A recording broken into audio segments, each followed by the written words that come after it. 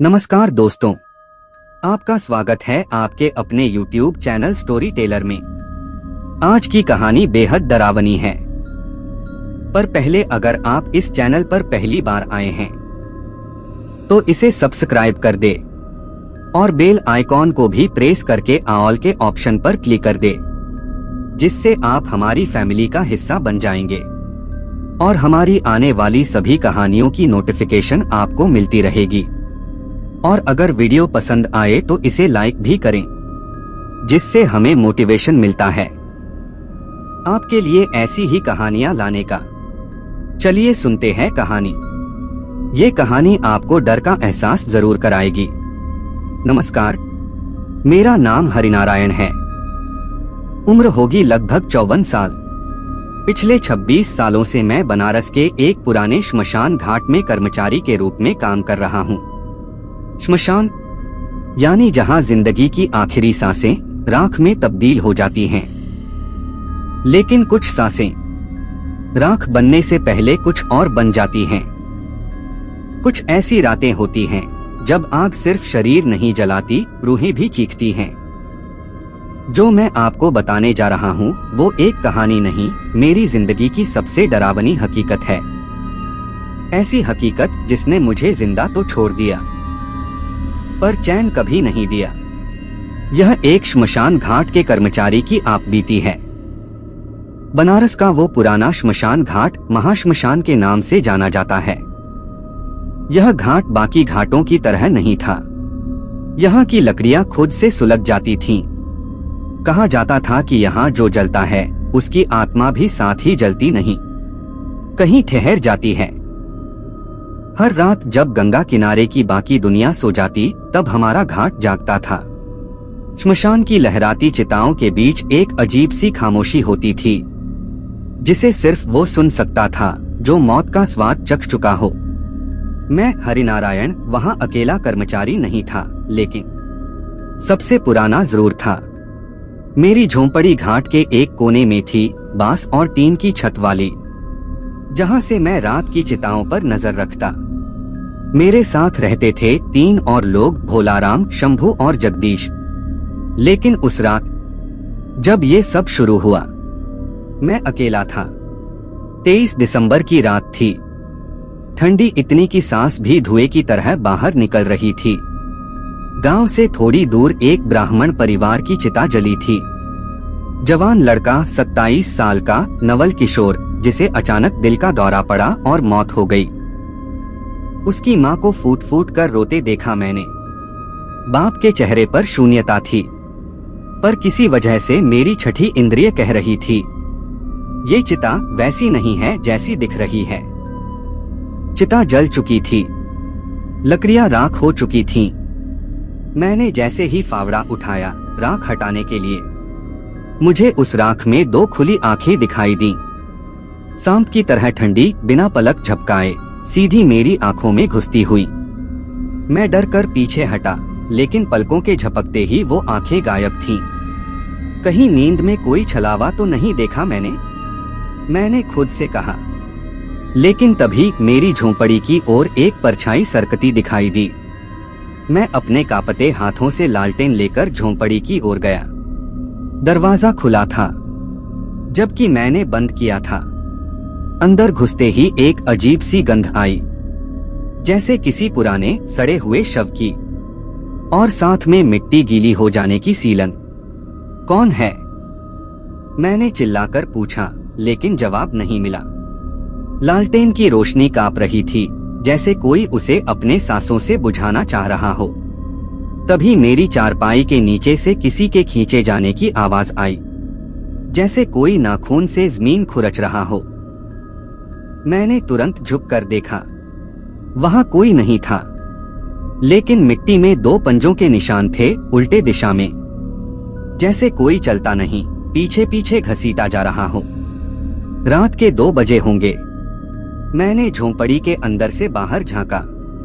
श्मशान की एक चिता, जो शाम 7 बजे बुझ चुकी थी, फिर से जल रही थी, बिना किसी शरीर के, बिना किसी लकड़ी के। सिर्फ एक काली गाढ़ी लौ जल रही थी। जिसके आसपास कोई नहीं था सिवाय एक नग्न परछाई के जो उस आग के चारों ओर घूम रही थी। वो परछाई धीरे धीरे मेरी ओर मुड़ी। उसकी आंखें एकदम लाल थीं। कानों से खून टपक रहा था। मुंह पर मुस्कान नहीं थी बल्कि कुछ और था, एक भयानक तृप्ति, जैसे उसने किसी आत्मा को निगल लिया हो। अचानक झोंपड़ी का दरवाजा जोर से खुला। शंभू भागता हुआ अंदर आया। उसके कपड़े फटे हुए थे, चेहरा पीला और आंखें डर से फटी हुई। मैंने पूछा क्या हुआ?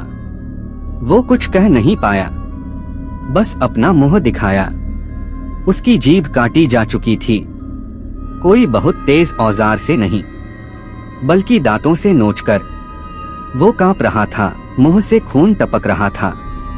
मैंने चादर से उसका मुंह ढका और उसे नीचे बैठाया, लेकिन वो लगातार एक ही दिशा की ओर इशारा कर रहा था, श्मशान की ओर, जहां अब 5 और परछाइयां घूम रही थीं। मैंने उन परछाइयों को पहचानने की कोशिश की। एक परछाई अलग लग रही थी। उसका सिर झुका था, लंबे बाल थे और उसकी चिता की राख अब भी उससे चिपकी थी।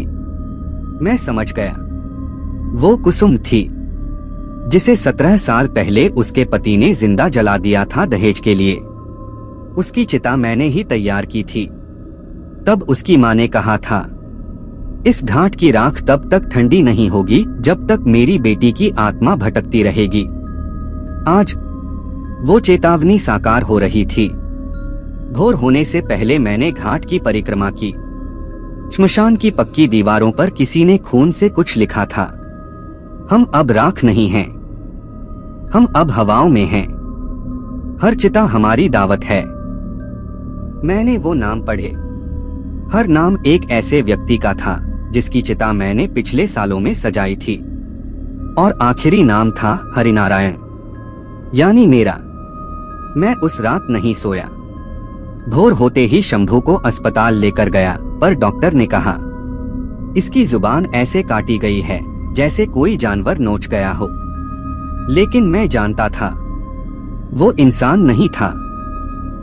श्मशान अब सिर्फ एक घाट नहीं रहा था, वो एक जीवित राक्षसी जगह बन चुका था, जहां चिताएं सिर्फ मृत शरीर नहीं जलाती थीं, वो उन आत्माओं की भूख मिटाती थीं जो कभी इंसान हुआ करती थीं। उस रात के बाद घाट की शांति टूट गई थी। दिन में भी मुझे लगता जैसे कोई मेरे पीछे चलता हो। श्मशान की राख अब मुझे हल्की नहीं, भारी लगती थी। हर कोना जैसे किसी अदृश्य निगाह में घिरा हो। शंभू, जिसने अपनी जीभ खो दी थी, अब खामोश रहने लगा था। वो किसी से बात नहीं करता, बस दूर घाट की एक कोठरी में बैठा घंटों एक ही दिशा में ताकता रहता। उसके चेहरे पर अब इंसानी भावनाएं नहीं रही थीं, न डर न दर्द, बस एक पथराई हुई शून्यता। तीसरे दिन जगदीश लौट आया। उसने रात में आने से मना कर दिया। हरिनारायण भैया, इस घाट में कुछ बदला है, उसने कहा। मैंने वो परछाइयां देखी हैं। वो इंसानों जैसी नहीं थीं, उनका चलना उल्टा था, पीछे की तरफ। जगदीश ने आगे जो कहा वो मेरी रीढ़ में सिहरन पैदा कर गया।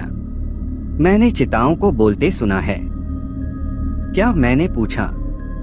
हाँ भैया, एक रात मैं अकेले एक चिता जला रहा था। अचानक उस जलती हुई चिता से एक आवाज आई, माँ, बहुत दर्द हो रहा है, मुझे मत जलाओ। और वो आवाज ठीक उसी लड़के की थी जिसका शव मैंने लाया था। रमेश नाम था उसका। उसकी माँ जिंदा थी और वो चीख रहा था उस राख से। मेरे होठ सूख गए। मैं कुछ नहीं बोला, बस भीतर कुछ हिलने लगा, मानो मेरी आत्मा ने वो आवाज सुनी हो, मेरे बिना, मेरी अनुमति के। रात को हम चारों फिर घाट पर ड्यूटी पर थे, मैं, जगदीश, भोलाराम और गूंगा शंभू। घाट पर अजीब सी गर्मी थी, जबकि मौसम दिसंबर की ठिठुरन का था। हर पेड़ की टहनी नीचे झुकी हुई थी, जैसे सिर झुकाकर कोई अधूरी आत्मा को विदा कर रही हो। अचानक घाट की सीढ़ियों पर किसी के तेज दौड़ने की आवाज आई, पर कोई नजर नहीं आया। जगदीश ने मुझसे कहा, भैया, कोई छिपा है। मैं जाकर देखता हूँ। मैंने रोका, अकेले मत जा। पर वो नहीं माना। वो लालटेन लेकर घाट के सबसे पीछे वाले हिस्से में गया, जहाँ पहले कभी एक पुराना कुआं हुआ करता था, जो अब बंद हो चुका था। करीब 10 मिनट बीते, जगदीश वापस नहीं लौटा। मैंने भोलाराम और शंभू को इशारे से बुलाया और तीनों उस ओर चल पड़े। कुएं के पास पहुंचते ही हमें वहां की मिट्टी में ताजे खरोंच के निशान दिखे, जैसे कोई नाखूनों से जमीन खोदने की कोशिश कर रहा हो। कुएं का पत्थर का ढक्कन हटा हुआ था और अंदर से किसी की सांसों की आवाज आ रही थी, गहरी कांपती हुई, जैसे कोई जिंदा आदमी अंदर दबा हो। जगदीश, मैंने झांक कर पुकारा। कोई जवाब नहीं। भोलाराम ने रस्सी नीचे डाली और टॉर्च की रोशनी अंदर फेंकी, और फिर हमने जो देखा वो इंसान नहीं था। नीचे बैठा हुआ शरीर दिखा, झुककर बैठा हुआ, गीली मिट्टी से सना। टॉर्च की रोशनी जैसे ही उस पर पड़ी, वो शरीर धीरे धीरे ऊपर की ओर देखने लगा। हम सबने एक साथ सांस रोक ली। उसका चेहरा जगदीश का था, पर उसकी आंखें सीधी नहीं थीं। एक आंख ऊपर की ओर घूमी थी और दूसरी बाहर को लटक रही थी। जबड़े में से एक कीड़ा बाहर निकल रहा था। खबरदार, जो उसे ऊपर खींचा, मैंने डरते हुए कहा। लेकिन भोलाराम रस्सी खींचने ही वाला था, तभी उस प्राणी ने कुछ बड़बड़ाना शुरू किया, शुद्ध संस्कृत में, जैसे कोई पुराना तांत्रिक मंत्र बोल रहा हो। पिंड स्वाहा, अत्ताह शांति, जीवन नाशाय। अचानक कुएं के भीतर से हवा का तेज झोंका आया, टॉर्च बुझ गई और रस्सी खुद ब खुद जलने लगी। हम भागे। शंभू रो रहा था। भोलाराम ने पीछे मुड़कर देखा और जोर से चीख पड़ा। वो ऊपर चढ़ रहा है, उल्टा। हम तीनों भागकर घाट की खुली जगह पर पहुंचे। हर चिता राख बन चुकी थी, लेकिन हर राख से धुआं उठ रहा था। धुआं नहीं, साया। श्मशान की हवा भारी हो गई थी। चारों तरफ आत्माओं की सरसराहट थी। किसी की हंसी, किसी का रुदन, किसी का फुसफुसाना। हरिनारायण, एक आवाज आई मेरे बहुत पास से। मैंने देखा, कुसुम, वही औरत जिसकी आत्मा मैंने पिछली रात देखी थी, मेरे सामने खड़ी थी। अब वो राख से नहीं बनी थी, वो पूरी तरह इंसान जैसी दिख रही थी, लेकिन उसका चेहरा जला हुआ था और होठों के कोनों से राख टपक रही थी।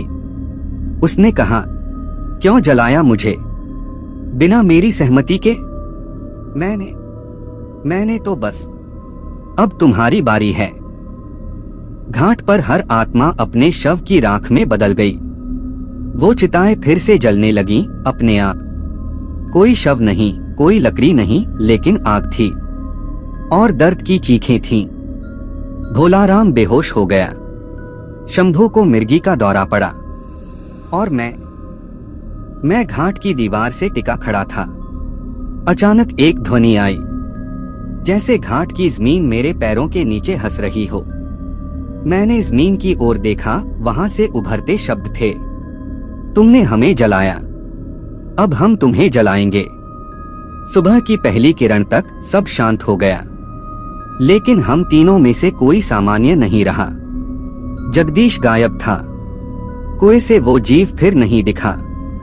श्मशान के कोने में खून के धब्बे थे और शंभू अब किसी को पहचान नहीं पा रहा था। उसकी आंखें अब केवल राख को देखती थीं, जैसे वो किसी और लोक को देख रहा हो। मेरी छाती पर अब भी वो शब्द जल रहे थे जो रात को जमीन से निकले थे। श्मशान अब मौत से आगे की जगह बन चुका था। 3 दिन बीत चुके थे। श्मशान घाट शांत था, बहुत ज्यादा शांत। इतनी शांति की चिताओं की जगह पर उग आई घास भी सरसराहट नहीं करती थी। पक्षी, जिनकी चहचहाहट सुबह सुबह घाट के पास सुनी जाती थी, अब बिल्कुल गायब हो चुके थे। गंगा के किनारे की लहरें अब भी चलती थीं, लेकिन उनका शोर अब कानों से नहीं, मन के भीतर सुनाई देता था, जैसे कोई धीरे धीरे फुसफुसा रहा हो। मैं, हरिनारायण, अब घाट पर केवल दिन के समय जाता था। रात को लौटने की हिम्मत नहीं थी। श्मशान घाट अब एक सामान्य स्थान नहीं रह गया था। वह एक जीवित राक्षसी संरचना बन चुका था। हर दीवार, हर चबूतरा, हर ईंट जैसे अब सांस ले रही थी। मेरे पैर उस घाट पर पड़े तो महसूस हुआ जैसे किसी ने मुझे जमीन के भीतर खींचने की कोशिश की हो। मैंने चारों ओर देखा। श्मशान सुनसान था, लेकिन मौन नहीं था। अब वहां एक तरह का घना शोर था, चीखों, विलापों और प्राचीन तंत्र मंत्रों की फुसफुसाहटों का एक संगम। शंभू अब पूरी तरह आत्माओं का पुजारी बन चुका था। वह हर सुबह अपनी देह पर राख मलता, अपने होठों को चीरकर खून से मंत्र लिखता और घाट की हर चिता पर जाकर नमन करता। लेकिन एक दिन वह मेरी झोंपड़ी के सामने आया और अपने नाखून से अपनी छाती फाड़कर एक शब्द लिखा, सावधान। उसकी आंखों में वह 21 आत्माएं झलक रही थीं। मैंने पूछा, किससे? शंभू ने घाट के बीचों बीच की तरफ इशारा किया, जहां एक नई चिता जल रही थी। उस चिता पर कोई शरीर नहीं था, लेकिन वहां जल रही थी मेरी परछाई। वह रात जिसने मेरी जिंदगी को बदल दिया। 26 दिसंबर 2023। घाट की मिट्टी में कंपन था। श्मशान के चारों कोनों पर खून से बने चक्र उभर आए थे। 4 दिशाओं की 4 आत्माएं, उत्तर की कुसुम, दक्षिण का जगदीश, पश्चिम की नवल किशोर और पूरब की मौन आत्मा, जिसका चेहरा आज तक किसी ने नहीं देखा। इन 4 आत्माओं ने मिलकर श्मशान की आत्मिक मुहर तोड़ दी थी। अब श्मशान घाट एक खुला द्वार बन चुका था, भूतों का, पिशाचों का और दबी कुचली आत्माओं का। मैंने सुना, गंगा की लहरों से आवाज आ रही थी, हरिनारायण, समय आ गया है। मैं डरकर अपनी झोंपड़ी में भागा, पर जब वहां पहुंचा तो देखा मेरी चारपाई पर कोई लेटा था। मैंने टॉर्च जलाई। वह मैं था। हाँ, मेरा शरीर जला हुआ, राख से सना, अधजली आंखें खोले। वो मुझे देख रहा था। यह कैसे संभव है? मैंने बड़बड़ाया। तू मर चुका है हरिनारायण, एक फुसफुसाहट गूंजी। तू अब शरीर नहीं, स्मृति है। तेरा पाप अब चुकता होना चाहिए। वह जली हुई परछाई धीरे से उठी और मेरे करीब आई। उसने मेरी छाती पर हाथ रखा। वही तंत्र चिन्ह फिर से जलने लगा और इस बार उसने मेरी हड्डियों तक को जला डाला। अब श्मशान घाट शांत नहीं रहा। गांव वाले चिताएं जलाने के लिए आना बंद कर चुके थे, लेकिन शव अपने आप घाट पर पहुंचने लगे। गांव से लापता हुए लोग, बुजुर्ग, बच्चे, महिलाएं, सबकी चिताएं घाट पर जलने लगीं। किसी ने उन्हें पहुंचाया नहीं, वे खुद आए। श्मशान ने अब आत्माएं खींचनी शुरू कर दी थीं। एक रात मैंने देखा, घाट की सीढ़ियों पर भोलाराम बैठा था, जो गांव छोड़कर भाग गया था, पर उसका शरीर पूरा काला था, आंखें सफेद और जीभ बाहर लटक रही थी। वह चुपचाप मुझे देख रहा था। भोलाराम, मैंने पुकारा। उसने सिर्फ एक शब्द कहा, पाप, और खुद को जलती चिता में फेंक दिया। मैं जान गया था कि सबका अंत पास है। मैंने दोबारा उस तंत्र शिला को खोजने का निश्चय किया, लेकिन यह आसान नहीं था। पीपल का पेड़ अब जीवित था। उसकी शाखाएं सांपों की तरह हिलती थीं और उसकी जड़ें जमीन पर लिपटने लगी थीं। मैंने मंत्रों की किताब निकाली जो मेरे बाबा ने छोड़ी थी।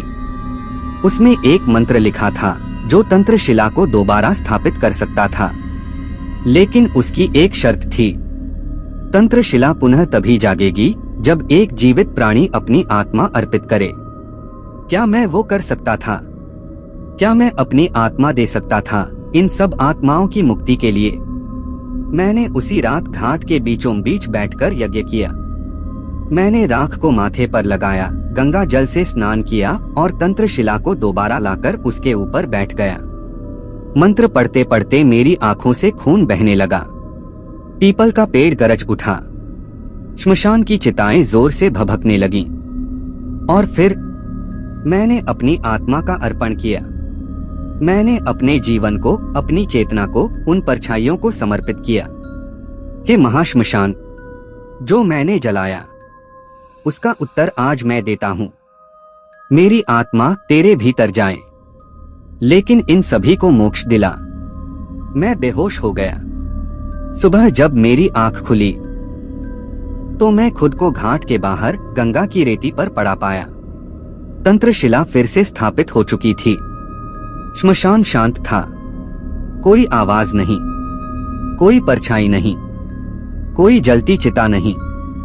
शंभू, भोलाराम, जगदीश, कुसुम सभी जैसे हवा में विलीन हो चुके थे।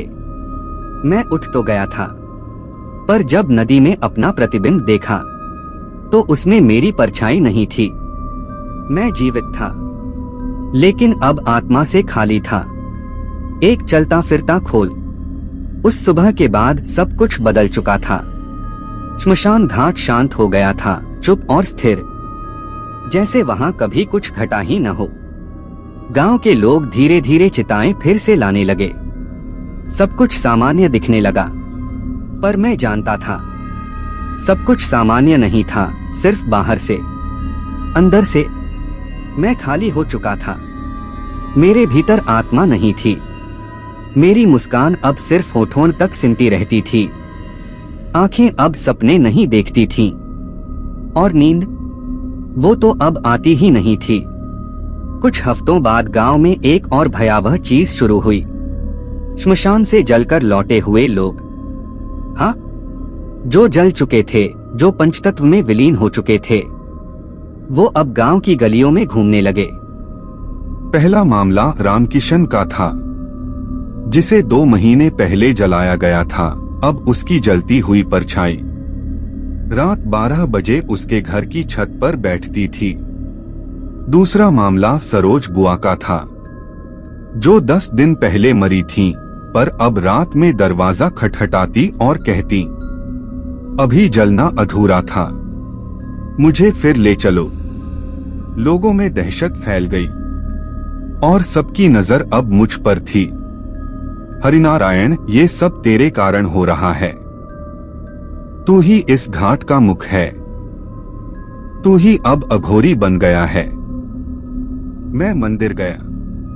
पंडित जी ने मुझे देखा और मंदिर से बाहर निकाल दिया। तू अब पवित्र नहीं रहा, उन्होंने कहा। मैं घर गया, माँ की तस्वीर के सामने बैठा, पर माँ की मुस्कान भी अब तस्वीर में नहीं दिखती थी। रात को मैंने खुद को जलाने की भी कोशिश की, पर लकड़ियां गीली हो गईं, तेल सूख गया और आग नहीं लगी। श्मशान ने मुझे आग से भी बचा लिया था, क्योंकि अब मैं खुद एक चिता बन चुका था। मेरे सामने 2 ही रास्ते थे, या तो खुद को किसी महान तांत्रिक से शुद्ध कराऊं, या फिर उस स्थान पर लौट जाऊं जहां यह सब शुरू हुआ। श्मशान का वही मध्य केंद्र, जहां तंत्रशिला स्थापित है। मैंने दूसरी राह चुनी।